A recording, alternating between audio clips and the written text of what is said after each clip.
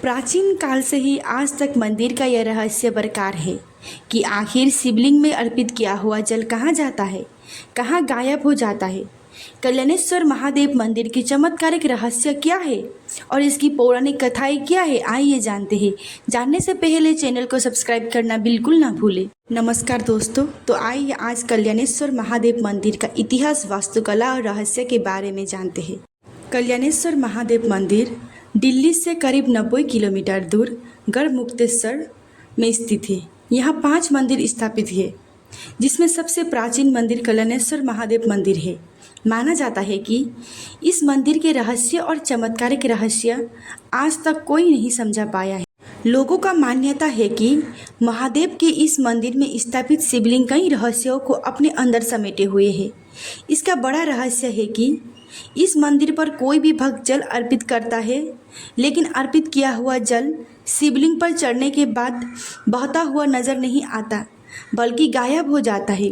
प्राचीन काल से आज तक मंदिर का यह रहस्य बरकरार है कि आखिर शिवलिंग को अर्पित किया हुआ जल कहाँ गायब हो जाता है।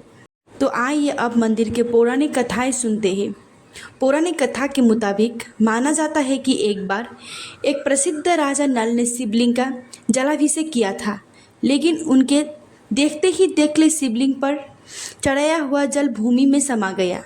यह चमत्कारिक देखकर राजा नल हैरान थे कि वह जो जल शिवलिंग को अर्पित कर रहे हैं वो बहता हुआ क्यों नहीं दिख रहा, वो कहाँ गायब हो गया। उन्होंने इस रहस्य को जानने के लिए बैलगाड़ी से हजारों गंगाजल के घड़े लाए और शिवलिंग पर चढ़ाए, लेकिन उन्हें शिवलिंग पर चढ़ाया हुआ जल कहीं बहता हुआ नहीं दिखा, जैसे वह धरती में समाता ही जा रहा था। लाख कोशिश के बावजूद राजा नल इस रहस्य को पता लगाने में विफल रहे। अंत में उन्होंने भगवान शिव से क्षमा मांगी और अपने देश लौट गए।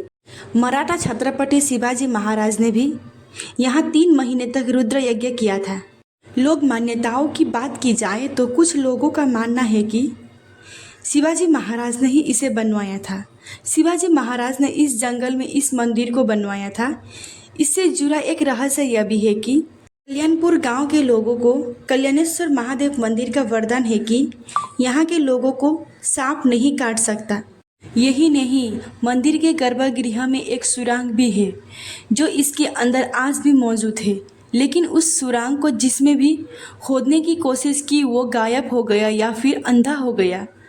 कुछ लोगों का यह भी मानना है कि इस मंदिर में खजाना है जिसकी रखवाली 2 बड़े बड़े नाग करते हैं, और यहाँ पर लोगों को तांबे और चांदी के सिक्के भी मिल चुके हैं। कहा जाता है कि गढ़मुक्तेश्वर में गंगा के तट पर 3 शिवलिंगों को भगवान परशुराम ने स्थापित किया था। इनमें से मुक्तेश्वर महादेव, झारखंडेश्वर महादेव और कल्याणेश्वर महादेव शिवलिंग स्थापित है। कल्याणेश्वर महादेव मंदिर की वास्तुकला में कई विशेषताएं बातें हैं। यह मंदिर आमतौर पर उत्तर पूर्व दिशा में स्थित होता है, जो वास्तु के अनुसार शुभ माना जाता है। मंदिर में शिवलिंगों को इस तरह स्थापित किया जाता है कि भक्त का मुख पूर्व दिशा की ओर हो और शिवलिंग पश्चिम दिशा की ओर।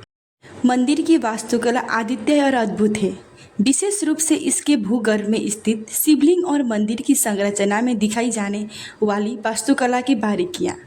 मंदिर की वास्तुकला दक्षिण भारतीय मंदिर से प्रेरित है और यह मंदिर प्राचीन काल का है। आपको बता दें कि शिवलिंग की जलधारी हमेशा उत्तर दिशा की ओर होना जरूरी है।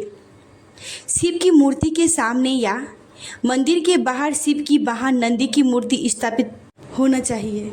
दोस्तों, चैनल को सब्सक्राइब करना बिल्कुल ना भूलिए। Thank you for watching.